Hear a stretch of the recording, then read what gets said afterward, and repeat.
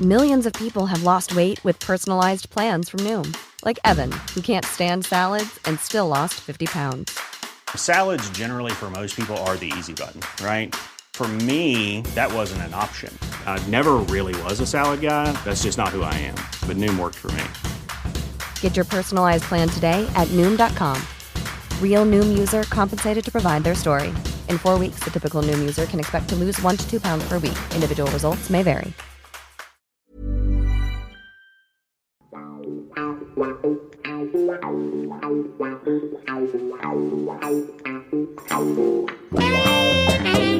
Morning, Al. Morning, Paul. You all right, mate? Yes, good, and welcome all to My Life, My Music with the Governor, Alan Hudson, as we take a trip down memory lane through chapter and verse. And in this episode, Al, we're going to be going back to 1973 and looking at your final 12 months at Chelsea.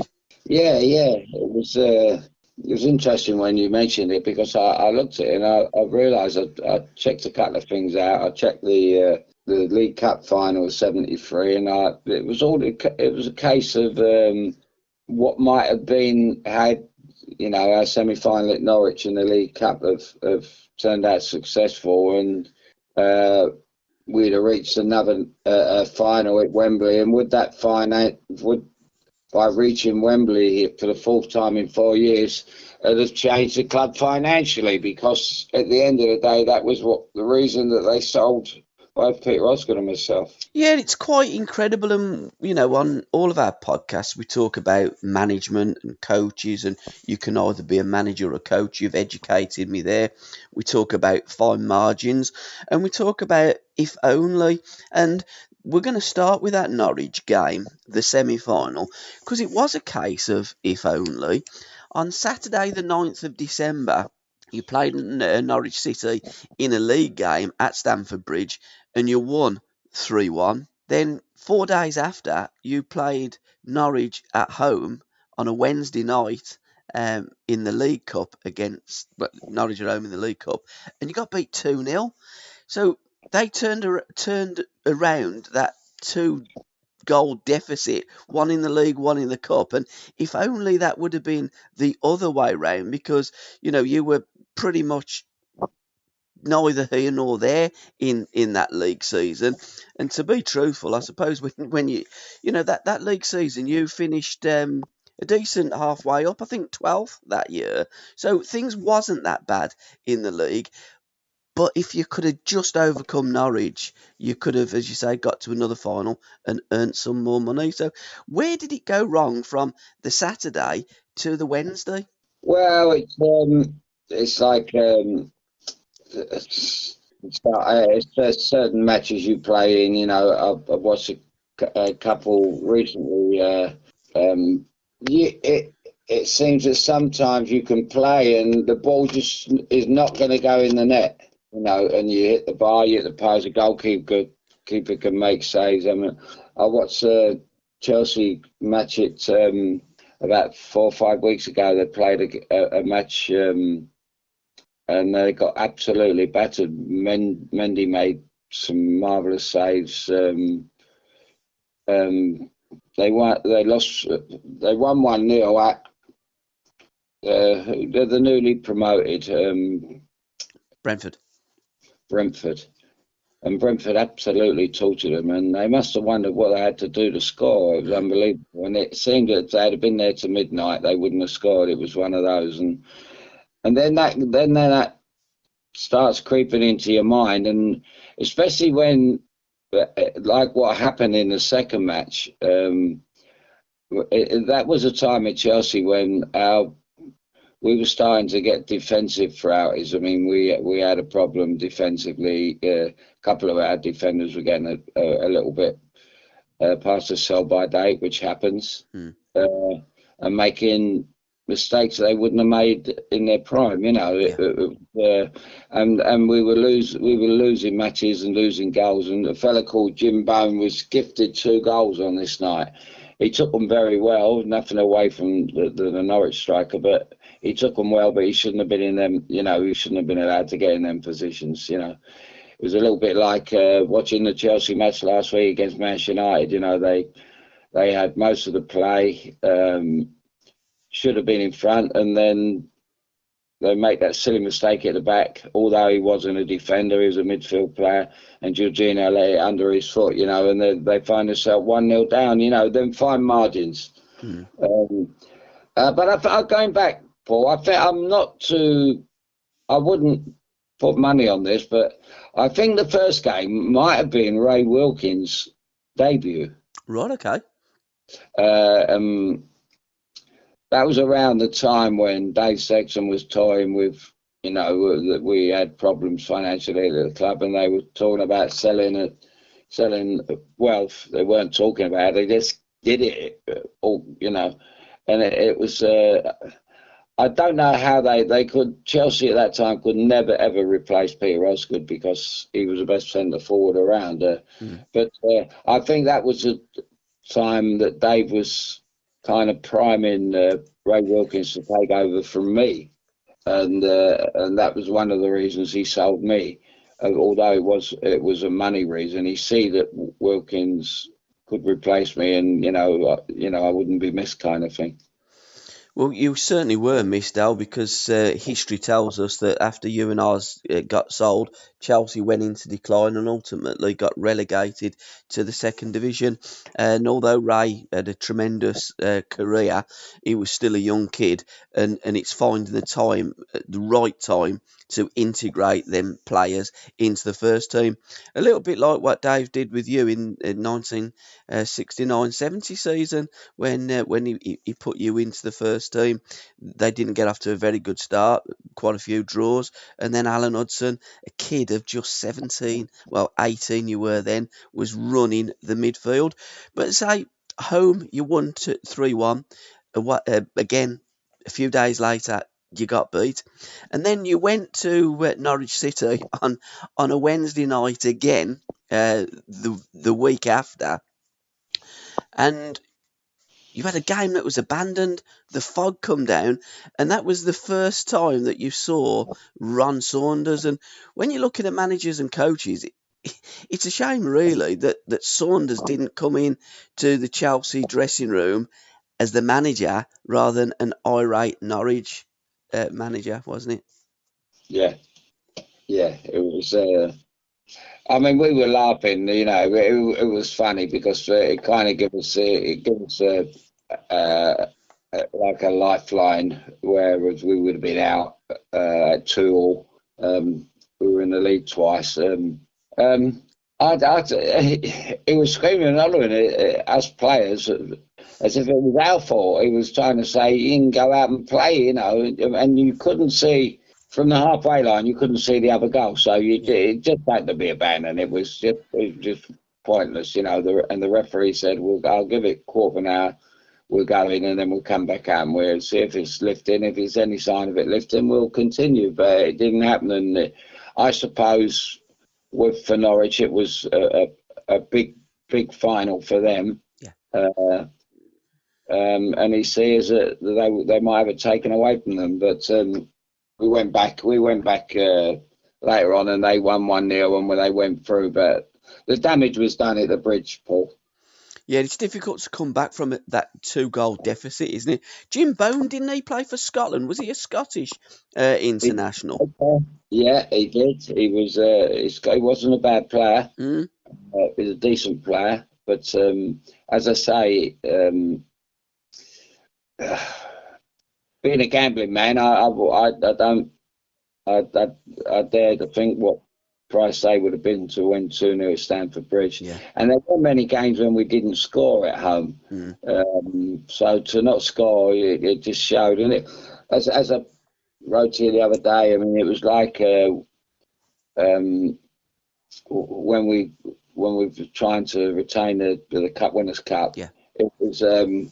We played a Swedish team at home, and we absolutely battered them over there in the first leg. We couldn't score. I think I hit the bar. We hit the post. We should come back 0-0. We should have won 6 or 7 over there. We come back over at Stamford Bridge. They come over and I thought it was a weird game when I scored again. I scored another goal and a volley to put us 1-0 up. Then Johnny Hollins missed a penalty, and we just. I speak to a chap that goes, well, you know Tony Jimenez, and Tony's season to get older. And I went to a match with him one day. He said, "This is where I was sitting when you were banging on their door. We were absolutely slaughtering them, you know." And they broke away and scored in the very last minute. It was just unbelievable. It was, you just can't, you couldn't write the script. It was just one of those things that you know, as I said the other day as well, I think sometimes we got lucky in the FA Cup when we won that in '70. We went to Burnley and Peter Houseman got us out of jail. We were pretty fortunate, I thought, at Wembley against Leeds to go into the replay. So you know, you have to have your good luck and your bad luck in cup matches. And I think sometimes I think sometimes your name is written on the trophy, Paul. Absolutely. But you scored a brace in that abandoned game as well. Was that the only time you scored a brace for Chelsea? It's the only time I've ever had 2 shots for Chelsea. Well, it was a case of I had to change my game and push further forward because I knew that we needed goals from my best. So that was just the case. I just changed my game a little bit. Had we gone there, 1-0 up or 2-0 up, I'd have just sat deep and just controlled the game, you know. So but it was. That was a bit of an irony, really, but the record books will show that I never scored 2 goals. No. That's the sad thing about the abandonment of a game, isn't it? Everything gets eradicated. So Alan Hudson's brace gets eradicated. But you could say, I guess, leading into our first song, and we can't play the songs, but what I do is I put all the songs on a playlist accompanied to the podcast, My Life, My Music, and I put a few additional songs in from 1973. It was a good year for music, Al. But when you look at the game against the Swedes and you look at this game against Norwich, it was like yesterday once more, wasn't it? It was.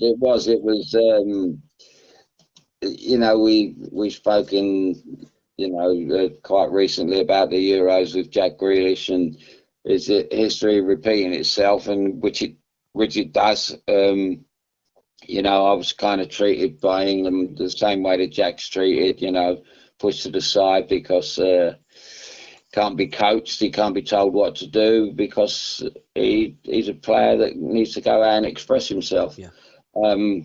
And yesterday, once more, was it's happening again. Here we go again. Like I think I said to you, it wasn't made in the record wasn't in 1973 because I think we did a show before 72. I think after the League Cup of 1972, I'll never forget. We got to the hotel and we were all at I can remember walking in myself with my wife, and I was walking very, very despondent, And then I see that Lou Christie was the cabaret act. He was supposed to be the celebratory, and it hit me that he made lightning strikes again, and it was.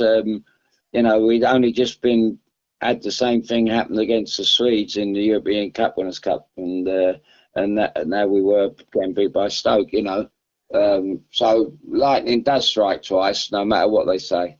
In terms of your playing career, Al, lightning didn't strike twice. It struck many, many times. And just touching on Jack Grealish, he did receive a chorus of boos when he was introduced to the Villa Park faithful in about the 85th minute by Pep Guardiola. But when you went back as a Stoke player to Chelsea, you received similar treatment, didn't you? And for all that you gave Chelsea, what Jack's given Villa, I mean, they got £100 million in the bank. The money from you and Osgood went to pay for that East Stand. Fans just don't look at it like that. They just see it from a fan and they don't see it from the footballer's point of view. At the end of the day, you're a player and that's your job, isn't it? Well, it's I think the only way I can ever answer that scenario, Paul, is that I try to explain to people sometimes, how would you like it if you was at a job and you put, you had you a job all your life, you'd spent 10 years, 15, 20 years there, and they just sack you and throw you into that's it, you're out. I mean, I know today people get pensions and they get payoffs and everything else, but that wasn't the case with me. I was an outcast, and they didn't even give me my deserved transfer fee. So I said, football is no different from just life in general. If you're treated so shabbily, I'm sure you would feel the same way as I do. But they don't see that. They're just so wrapped up in a Chelsea blue shirt. And as you say, Aston Villa, that with Jack. I mean, how on earth could anyone in their wildest dreams think of booing Jack Grealish? It's the kid has come out and he said he loves the club. He didn't agree to go to move straight away. He thought long and hard about it. He was, he's still got Villa in his heart, even though he's playing for Man City. It's just appalling, really appalling to think that. To think that I might go to a football match and boo a player that I used to go and watch is just unthinkable. It is, but again, you are a player and you've been in the game. You know what the game is all about, and both you and me, we look at the game in a completely different way to most football fans. I mean, I'm going to Villa this afternoon watching the Leicester game. I'm going to watch a game of football. I'm not going to support any team. I'm going to watch a game, a live game, and hope that I see moments of magic by players on that football pitch. But I remember when you went to a Stoke game and you were saying to a fan, well, who did you come to watch? And he said, well, I just go to watch Stoke. Well, surely you go to watch a player. I mean, I'll be going there today to watch Maddison. I'll be going there to watch Ollie Watkins, Emi Buendia. I'm going there for the purpose of watching football players play football. But most football fans go with the purpose of just watching their team win a game, and they interested how they win it just as long as they win it. That's just the way that football fans are, and then football people like you and me. Yeah, I mean, I think that the biggest point as well, mate, is it's people pay a lot of money. There's people that got a lot of money that pay a lot of money, and it's like going to watch a concert or whatever. You go to be whether you like the artist or not is immaterial. You're going to be entertained. Football is an entertainment business. As we see in the Euros, we go back to the recent disaster. If England had played in the Euros and they'd have played their best team with Grealish and Foden in it, and played with an entertaining and attacking flair, they would have won the Euros. Yeah. Instead, they didn't. He had winning on his mind more than he did football, and it was because that's his mindset. That's the way Southgate is. But when you go out there to win at all costs, it's you not only lose, they miss the most incredible opportunity to lay this ghost to rest, of 1966, and we so nearly done it in 1996, and we did it in the Terry Venables way, which was absolutely amazing. I thought Venables came in and done a fantastic job, and he's probably been the best manager. Some say Bobby Robson, but I think the 1996 team were the way they played. They had the right blend defensively, and we had the likes of Gascoigne, who had a young Jamie Redknapp coming through, the Teddy Sheringham's. They were a terrific team, and if ever they were going to win it at a competition, it was that year. And I watched it again the other night. Actually, I just watched a thing on Paul Gascoigne, and again, I just exactly what we just been talking about. The one that flies across the goal against the Germans, how he doesn't get his toe on it, I don't know.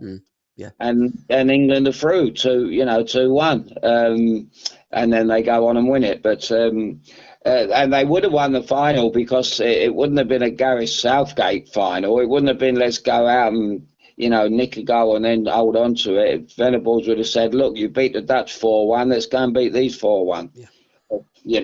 So that's the difference. It's just the entertainment element, and that's basically what's killed the English game over the years. The coaching of players and why do you think the fans dropped off in their droves? Through the 80s, and I came back. I went to Seattle in 1977, 78 from Arsenal, and I came back a couple of times, and I could see the decline of our football and how it was going downhill. And in all fairness, the only thing that saved the English game was bringing the foreigners in, the foreign players. I mean, Yeah. We brought so many fans. I remember Ruud Gullit coming to Chelsea. I remember Bergkamp going to Arsenal. These type of players. Paul Di Canio went to West Ham, and I watched every week. That's why you go to football, to watch. That doesn't matter where they come from, for what reason they come there for.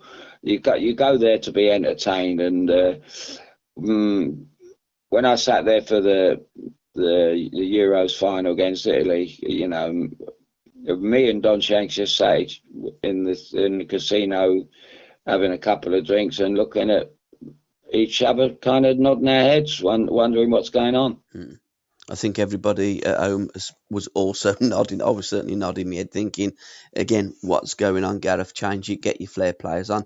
Let's try and win a game rather than play. Or it looked as though England, I know there wasn't, but playing for penalties, just pathetic. Not my vision of football. My love, your next song up, wonderful song by Wings. And there's a lot. Apart from Chelsea Football Club, there was a lot of love around at the time, and it was around the time which we've already spoke about. The Beatles were my favourite band, and I've always said they were the only band that didn't really need a drummer. They could have had George Best as a drummer, really, not Paul Best, and it was a kind of where Paul McCartney was trying to get the group together to, kind of overtake the Beatles, which was an impossibility. But Wings were good. I liked Wings, and I thought it was a tremendous, lovely song. Lovely song. And it was a time that you put in your notes here that you were falling out of love with Chelsea. And your love was waning with Maureen as well. So, in that last year, that last 12 months at Chelsea, that started pretty much the cup game against Norwich City, that ultimately ended against West Ham. When you got beat 4-2, that seemed to be the straw that broke the camel's back. What was going on in the life of a young Alan Hudson? Because, you were a young kid. You were 22. How was you treated by the management and by the football club at Chelsea? Because, things was going wrong both on and off the pitch. And I remember listening to a podcast that you done with Anthony. And you were saying you really needed someone to just sit down with you then and talk you through what was going on. How are you now? How's things at home? How can we help you? But you never had that, did you? No, I thought that it goes back to what you mentioned earlier on about management. And, I had the, I'm going through the thing at the moment with the FA. And they've got to try and come up with a reason, a good enough reason for why they banned me for free. I'd been banned for 3 years for playing for my country, which was it was hurtful enough. And that came through a bad ankle injury, which I missed the FA Cup finals and missed the Mexico World Cup with a bad ankle. And I'm telling you now, Paul, I'm walking about this week and it's still so painful. It's ridiculous, all these 50 years on. And, even after that rest in the 8.5 week coma, I thought, when I come out of a coma and my leg, I didn't know I was paralysed or not. And I thought, well, the only good thing is my ankle will be better now, but it never has been. So I never even, nobody at Chelsea or the FA ever asked me to come in and sit down and talk to them about my ankle. Nobody, and my state of mind. It was just, so you had to just get on with it. And I just became from someone who loved a good life, going out and enjoying myself with my friends. We were very close. In Chelsea was a great social scene, like in Manchester, Birmingham, Liverpool. My drinking became more of a depression than enjoyment, and that is what caused my downfall, really. Once that happens, then it's going to affect your form. You take that on the field with you, and you're just not enjoying life at all. And that was what was happening around that time. And although the West Ham game, I scored in the West Ham game, and I made that goal. We were 2-0 up, and again our defence let 4 goals in. I don't know where they were. They were like, they should have been in Madame Tussauds, really. But it was, and then my state of mind was that bad that I'm told in the record books show that I played against Liverpool the game after. Yes. And 3 weeks later, I played against Liverpool again at the Victoria Ground for Stoke City. Now, I can't remember playing against Liverpool for Chelsea. I really can't. But my memory is very, very good. I can't remember that game at all. So I must have been traumatised. I must have been in such a bad way, not to remember. Because I remember my bad games as well as I remember my good games. Well, you do, don't you? When you had a nightmare and you think, we don't want to talk about that one. But you don't forget it. And then you ask yourself, why did you play so badly? That is the key to it. And there's always a reason for why you played so badly. But I just cannot for the life of me remember playing against Liverpool in my last game at Chelsea. Now, it was over the Christmas period. So on the 22nd, you played Wolverhampton Wanderers. You lost 2-0. On Boxing Day, you played at home to West Ham, 2-0 up and got beat 4-2. Chelsea, coincidentally, although there was the London Stadium, got beat 3-2 by West Ham, so things don't change in 50 years. And then that last game on the 29th, you got beat by Liverpool 1-0. 1st of January 1974, you were due to play Sheffield United away, a game in which you won. You didn't play in that. You and Osgood, was you taken out of the first team to play with the reserves? Because I remember you talking to me about Dario Gradi, and then Dave coming to the training ground and going absolutely ballistic. And that was the catalyst of you leaving, wasn't it? When Dave just went absolutely mad. I don't want to talk to you. I've been trying to get rid of you for ages. And then that goes back to a few notes as well with your house in Wimbledon. So talk me through that time. You can't remember much about the Liverpool game, but that training session and how the last kind of 24, 48 hours went for you at Chelsea. Well, I can remember that we... the team, he put the team sheet up at the training ground, Mitcham training ground, and Peter Osgood and I weren't on it. And so we said, look, if we're not playing for the first team, we go and train with the reserves because we'll be playing in the reserves whenever they're playing, So I remember Dario Gradi was staying there. He said, "What are you doing here?" So we said, "Well, look, if we're not going to be playing the first team, what, good, he wants to work on the team that's playing at Sheffield, and we're going to be playing for the reserves for you, so we might as well train with you." And then a kid came over and he spoke to Dario, and Dario said, "Look, Dave's not very happy with the situation. You've got to go over to the first team pitch." So we started our way over to there. We kind of, it was on the other side of the training ground, and we met halfway, and Dave was walking towards us, and I thought there was going to be a fight with Osgood and Dave, because they was always kind of at it.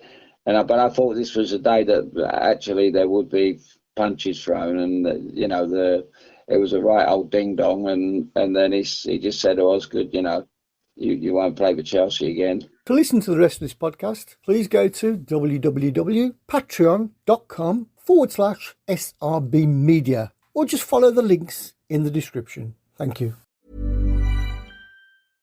The living room is where you make life's most beautiful memories. But your sofa shouldn't be the one remembering them. The new life-resistant, high-performance furniture collection from Ashley is designed to withstand all the spills, slip-ups, and muddy paws that come with the best parts of life. Ashley high-performance sofas and recliners are soft, on-trend, and easy to clean. Shop the high-performance furniture in-store or online at ashley.com. Ashley, for the love of home.